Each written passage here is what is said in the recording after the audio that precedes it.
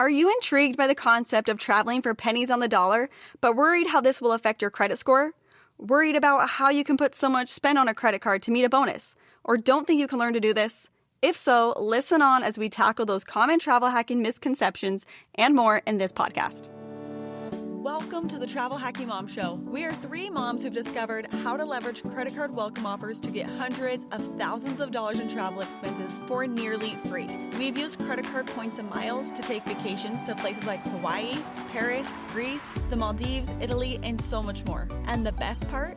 We each still have an 800 plus credit score. Imagine being able to book a vacation without having to check your bank account. It's totally possible, and we're here to show you how. Hey, I'm Alex. And I'm Pam, Alex's mom. And I'm Jess, and we are Travel Hacking Moms. In today's episode, we're going to tell you about some common travel hacking misconceptions that keep people from jumping into the world of credit card points and miles.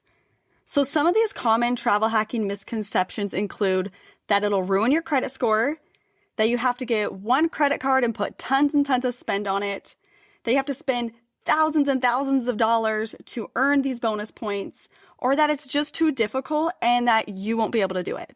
So let's dive into each one of these and really cover them well. Okay, Jess, give us some details on credit scores. This is one that I think really stresses people out, and I get it because when I started travel hacking, this was the biggest question I had. And so I had to do my research and figure out how this really affected my credit score before I decided to jump in. Yeah, I was the same way. The very first thing I thought when I heard about travel hacking was, well, that's going to ruin my credit score if I start opening all these credit cards. Luckily, that hasn't been the case. I think we are all proof that, as long as you are being responsible with your credit cards, then they will likely increase over time. But just to give you an overview, many of you probably know or have heard of Dave Ramsey, and he is very anti-credit cards, and he has made that known. And I think he has scared a lot of people away from credit cards, and he just thinks that they are the worst thing. I do want to stress that we are big on credit cards as long as you can pay them off in full and on time each month. Because if you open a bunch of credit cards and charge a bunch of expenses and then don't pay them off or don't pay them off on time, yes, that is going to ruin your credit score. But as long as you can be financially responsible with them, you may as well earn some points and miles to travel for free if you're going to be charging these expenses anyways. So there are several factors that make up your credit score. Some are weighed more heavily than others. Some are more influential. And so the two most influential factors are your payment history, your amounts owed. So those two that I just mentioned, your payment history is, do you make your payments on time? And your amounts owed is, are you paying off your balance in full each month? Those two alone make up 65% of your credit score. So they are by far the most important factors. New credit, which is what travel hacking deals with, is only 10% of your credit score. So while your score may drop a few points every time you open a new credit card, as long as you are paying it off in full on time each month, then it's really not going to do any sort of long-lasting damage to your credit score. Your credit score is going to rebound, and it could even go up, which has been the case for all three of us. And so that is just a high-level overview of credit scores and how those have been impacted by our travel hacking. I don't know, what about y'all? My credit score is over 800. I have a lot of open credit cards currently. And my credit score is over 800, but I just make sure that I set them on auto pay when I get a new card, that I don't overspend, that I don't use my credit cards as an excuse to just buy a bunch of stuff. I just charge my everyday expenses that I would otherwise be paying cash or putting on a debit card. I basically just treat my credit card like a debit card, and I have not had any issues with my credit score. What about y'all? No, I haven't either. In fact, before I started, I would say that my credit score was in the high 700s. And, 3-4 years later, opening up 20 plus cards at least, my credit score is like 820. So it's been nothing but, good for my credit score. Yeah, I think one of my favorite things is people, we get this question asked daily, multiple times a day. Right. And I think my favorite thing is those like, if it was hurting my credit score, I wouldn't be able to continue to get credit cards. So it's like the fact that we keep getting credit cards is just proof that it doesn't hurt your credit score because they wouldn't give them to us if we had a bad credit score. Right. I never understood that either. It's like the bank would obviously cut us off, if we were doing some significant damage to our credit score by opening all these cards. The other thing too, I feel like is interesting, just to kind of reiterate what you were saying, Jess, about, if you can't pay off your cards in full each month, you probably should not be doing this hobby. Is I'll get people, and I'm sure you guys do too, where they'll ask you like, can you tell me a card with like a 0 APR or this APR? And I'm like, I don't even pay attention to the card's APRs because we just pay them off. Yeah. And I will say, like, these cards, travel rewards cards, have a high APRs. So you do not rely on like, I'm going to just make payments, because you will be losing money. You're not going to be getting travel for nearly free. Yeah. Well, in my case too, like, travel hacking was actually the reason why I started budgeting and like being more financially responsible. Like, it forced me to do that because I was like, I want to be able to travel for free. I was a little bit worried about, being able to pay off my cards on time and in full every month. And so that really is what like got me started with budgeting. And it's actually made me more financially responsible to travel hack. That's awesome. Okay, so let's dive into the second point. Mom, why don't you share point 2 with us? Yeah, a lot of people, point 2 is that a lot of people, a misconception is that, oh yeah, I'm going to sign up for this one card and I'm going to put all my spending on it. And I'm just going to keep spending on that card and spending on that card. And we get comments from people all the time that say, yeah, I use my credit card for everything.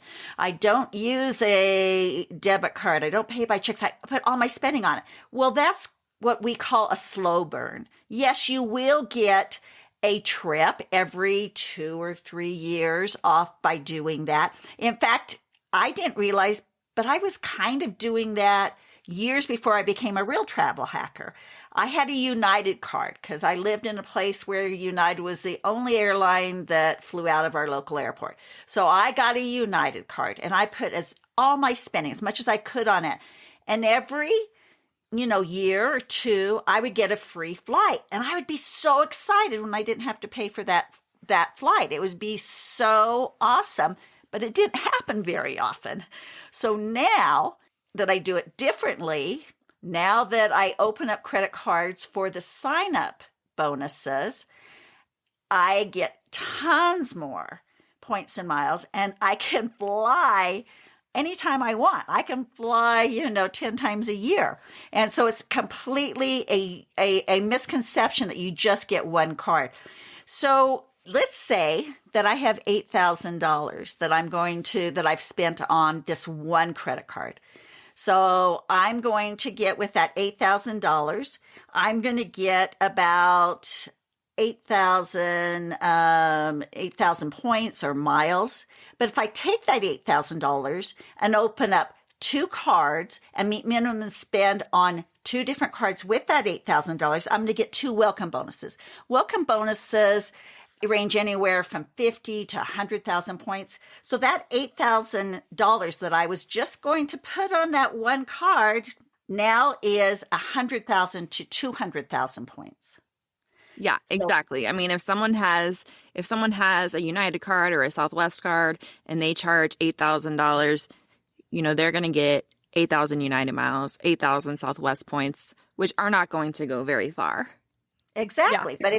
But if you take that 8,000, open up a couple cards and have a couple 100,000 points, you've got a really nice trip that maybe you can take your family on.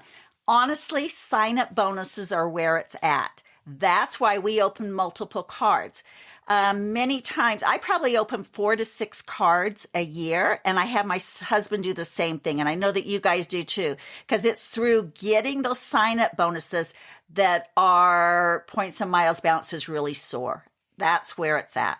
Yeah, I mean, in that example you gave, you went from getting, possibly a one-way flight somewhere to getting a week-long Hawaiian vacation somewhere, just for that one one expense that you had that was $8,000. Exactly. But it's hard for people to wrap their head around the fact that I'm going to get 2 or 3 cards to do this versus, oh, I'm going to get one card and I'm putting all my spend on it for 3 years and then I can go.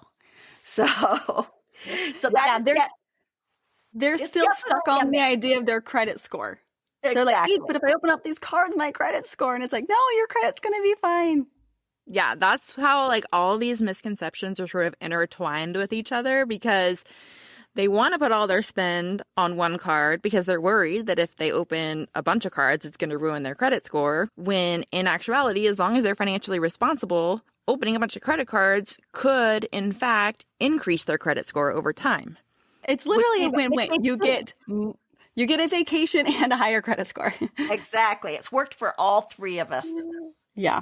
So one of the other really big misconceptions, and you guys can't even, like, my brain starts to turn to mush when I hear it too many times. I get a lot of comments like this on Instagram and on TikTok where people are saying, like, I'll show a trip that I did or all these points or something. And they're like, oh, well, you forgot to tell people that you had to spend $100,000 on your card to get those points. And I'm like, feel like I'm like banging my head against the wall because I answer this question so much. I mean, it's not from our normal followers. They understand this process. It's the people who are like just seeing our stuff for the very first time, who are like, don't read a caption on a video or something. Yeah, exactly. Yeah. But the thing is, it is not crazy amounts of spending like my mom just said. That's what you're doing. You're doing the crazy amounts of spending if you're only using one credit card and if I'm earning 100,000 points on one credit card, then yeah, I'm spending a lot of money. But if I'm separating those or breaking up those expenses on different credit cards, I'm not spending that much money. The idea is that you're earning points on money that you have to spend anyway. So I'm a family of 6. We have a hefty grocery bill every month, especially with having 4 boys. And as they're getting older, I am kind of shocked by how much groceries cost. So that right there is a really big expense for us where I know we're going to spend a decent amount of money. So if I open a new credit card between our gas and our groceries and other expenses with my kids, that's pretty easy for me to hit a $4,000 minimum spend over the course of 3 months.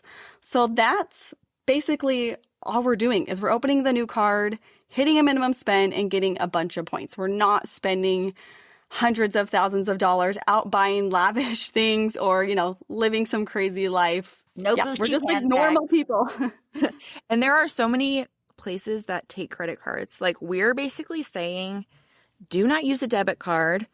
Instead, use a credit card for every place that you would normally use a debit card. So gas stations, car insurance is a huge one for us. We pay that twice a year and it's a huge expense.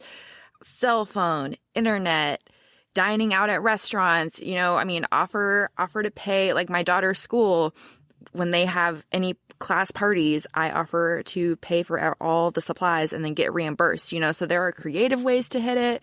There are organic ways to hit it if you just have a big family or a lot of expenses. And so it's really not as hard as people make it out to be. Yeah, I think one of my favorite ones is to like have people that you know and you trust use your credit card and pay you back. We've had a lot of people who've told us they use that. Like maybe you don't have kids yet or you don't have a lot of expenses, but I've had people whose parents will meet a minimum spend for them. And yeah, that's another way. I mean, Jess, you kind of did that, didn't you? Yeah. Or if you have like a big, if you're going out to dinner with friends, offer to pay the bill and have everyone Venmo you. Like, it is so easy now with all the apps available to be reimbursed in some way. And so I feel like that is a really easy way to meet some minimum spend. Well, yeah. I always love the fact that we've got to buy things. Everybody has to pay for stuff, it just costs to live. And as long as we have to pay, we might as well get rewarded from it. And so when I have to pay a tax bill, because I will pay my estimated taxes with a credit card, yes, I do have to pay a little bit of a service fee for it. But it doesn't make it near as hard for me to pay that bill when I know I'm going to get a couple business class seats out of it. Exactly. It makes staying out of some of those big, unexpected life expenses that come come, that pop up. Yeah, Exactly. and another thing I was gonna say too is sometimes, like for some people that they see maybe a $4,000 minimum spend is just too much for them, and they maybe don't have people that can help them meet the minimum spend. There's minimum spend levels, all different ones. So if you can't do that at this stage of your life, then get a card with a $1,000 minimum spend or a $2,000 minimum spend, and you can still get some good benefits from cards that have a lower minimum spend. I think that's a key thing too, is like you don't want to get yourself a card that you can't afford to meet a minimum spend. Like there are some business cards we love, like the Chase Ink Cash, for example, has like a $7,500 minimum spend. And that's, that's a pretty big one. So when I got that card, I planned it around some big life expenses we had. We had some medical bills coming up. And so that's when I got that card, when I knew, okay, this is going to make this a lot easier for me to hit the minimum spend instead of stressing about missing a bonus or overspending to hit a bonus, because you don't want to like overspend to hit a bonus. Yeah, I definitely agree that planning your card applications around life events is a smart way to go about it. Another thing is a lot of times I'll open cards with high minimum spends towards the end of the year around the holidays when I know that I'm going to be spending a lot on gifts for other people, holiday gifts for family and friends, my daughter's teachers at school. I feel like the end of the year is just a ton of expenses all around. And so I kind of save the higher minimum spend cards to open then. Yeah, that's like a really good time to at least get, one or two minimum spends done, maybe even more. Yeah, Exactly. Our last point I hear all the time. I don't know about you guys. This has come from several of my friends where they say that they can't do this. They watch me do it. They go, I don't have time for this, or I don't have the brain power for this, or I'm not organized enough. And this is something that we hear a lot. Yeah. So we hear this one all the time, and we are three busy moms. Like, we are not people who just have all the time in the world to do this, but if we can do it, so can you. And it's even easier to do it now. Like when all three of us first got started, I know for me, I spent hours, probably hundreds of hours researching travel hacking, how it all works, trying to wrap my head around everything. This was before Instagram was a big deal. This was before TikTok. There were a few blogs, like Alex said, none of them were really beginner friendly. And so it was a lot of time, me piecing information together. And it was worth it for me because I was like, hey, if this can end in like years of free travel, then this is worth it for me to spend the time on this. But it is even easier now because of Instagram and blogs. And we have a course that will walk you step by step through this entire process, everything you need to know. It will save you a ton of time on getting started with travel hacking. We are here to support you through DM, through email. And so I feel like now it is easier than ever to do this in a more efficient way and to really have all the information that you need right there in front of you so that you can like easily learn how to do this and get started with free travel.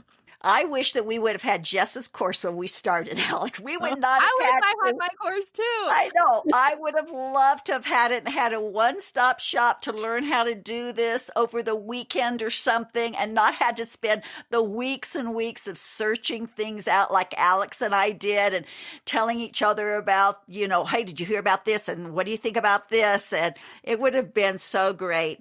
And the one thing I want to say is I am a grandma. I am a grandma of 21 adorable grandchildren. And if I can learn to do this, anyone can learn to do this. Yeah. I mean, I totally agree with everything you said. And like when I got started, I like vividly remember sitting at my computer, Googling stuff and like reading message boards and forums and being like so overwhelmed. I had a notebook like full of notes. And like I honestly like learned way more than I needed to learn. Like I made it too complicated, I think. And I think sometimes that's what people do. They make it more complicated and feel like they have to learn everything right away. And sometimes it's like, oh, just get a credit card Start meeting the minimum spend. Yeah. And then once you've got your points, then you can start figuring out how to use the points. And I think sometimes we make it a little more complicated than it needs to be at times. I know, at least that's how I was. After for I sure. learned it and I started doing it, I was like, wow, I spent a lot of time researching and learning stuff I didn't need to know. Well, another thing is, like, even though social media has come a long way and blogs have come a long way and there is so much helpful information out there, it's still a matter of like saving an Instagram post and having to go back and find it when you need it, or bookmarking a blog post and having to go back and find it when you need it versus and with a just course. finding it the first time. Yeah, and like You have with to a course, Google and it's just find it all there in chronological order for you to reference anytime you want, and it just makes it so much easier. I've bought so many online courses because it's just so much easier for me to learn that way. And And it's such a time saver too. yeah, like You your value time, time. yeah, like your time is money. And so you can either spend hours and hours and hours trying to piece all the information together, or you can just buy a course and have it all there for you to refer back to whenever you want, as many times as you want. So I'm sold. I'm like an online course junkie now for any possible topic that comes up in my life. One of the things that people really complain about, they worry about being organized or not having enough time. Alex, why don't you tell them about our favorite app? Yeah, so our favorite app is called Travel Freely, and it keeps all of your credit cards organized. So it will notify you by email when you have an annual fee coming up. It will keep track of your Chase 524 count, which we will talk to you about what that means later if you're not sure about that. And it's like a spreadsheet almost. And I used to have a spreadsheet, but this is a spreadsheet on steroids that like does the thinking for you. And the other thing I love about it is it doesn't take any of your like personal information. It doesn't take any of your bank information. I don't like things like that. They stress me out. And so I love like when all you have to do, you download the app, and we'll have a link in the show notes for it. But you download the app, you put in the name of the card, and when you opened it, and that's literally all that you have to do. It's so simple, and it will just remind you anytime you have something that needs to be done, like an annual fee, or yeah. Am I missing anything, you guys? Did I forget anything? Another thing I like about it is that you can also have your player two in like your husband, or if you have another friend or family member who is travel hacking with you. Like I am assuming all three of us are the points and miles managers of our marriages. And so I have under one Travel Freely account, I have all of my cards and all of my husband's cards. So I can keep track for both of us. And that sort of takes the pressure off of him to keep track of his stuff. I just do it for both of us, and it makes it super easy. Like Alex, I didn't even have a spreadsheet. I had like a note in my iPhone, and that is how I kept track of all my cards. And it was not efficient at all. And I wish that Travel Freely existed in 2015 when I first started, but it's super helpful now. And it sort of just takes all the guesswork out of keeping organized and what your 524 status is and all that. It makes it super easy. I forgot one other thing that I love about it. I love that it'll recommend cards for you based off the cards that you have. So like there's a lot of rules with cards. Like for example, the Marriott cards, Chase and Amex offer Marriott cards. But there's rules on like if you open a Chase one, you can't open an Amex one unless it's been a certain amount of time. And it can like make your head spin with all the credit card rules out there. But if you have entered in your cards into the app, they have what's called the Card Genie, where it'll recommend cards for you. But the cards it recommends for you takes into account all of the different credit card issuers' rules. So it'll only recommend cards for you that you actually are like qualified or eligible to get the bonus for. Yeah. No, I love that. That's so intuitive. That just makes it so easy. So we do spend a little bit of time on our points and miles. With Travel Freely app, it really is a lot less. I know I have a lot of friends that have said, I just don't have time for this. And I just always say, these are the same people that will sit on Facebook and fill out a survey of which Disney princess are you? And I always laugh because I'm like, you don't have time for free travel? And as I'm laying down to go to sleep in my business class seat, I have never once said, wow, that wasn't worth the half hour I spent this month on travel hacking. So don't Well worry about it. said. Totally agree. It will not take over your life. It is manageable, and every second you spend is completely and 100% worth it. The return on investment is huge. Yes. Yep. Okay, we hope that we've laid to rest some of the common misconceptions with travel hacking that may be holding you back. We promise you, if we can do this, you can too. And remember, one of us is almost a 70-year-old grandmother. That's right. So if you want to get a jump start on all of this, be sure and check out our free webinar. We'll include a link in the show notes. And we've also included a checklist of ways you can meet minimum spend in the show notes, so be sure and download it. Thanks so much for listening to the Travel Hacking Mom Show. Make sure to hit the subscribe or follow button from wherever you're listening so you never miss an episode. Want to start jet setting even faster? Follow the links in the show notes to learn about everything we discussed in today's episode. And to stay connected and follow along, follow us on Instagram at Travel Hacking Mom. We can't wait to see where in the world points and miles take you.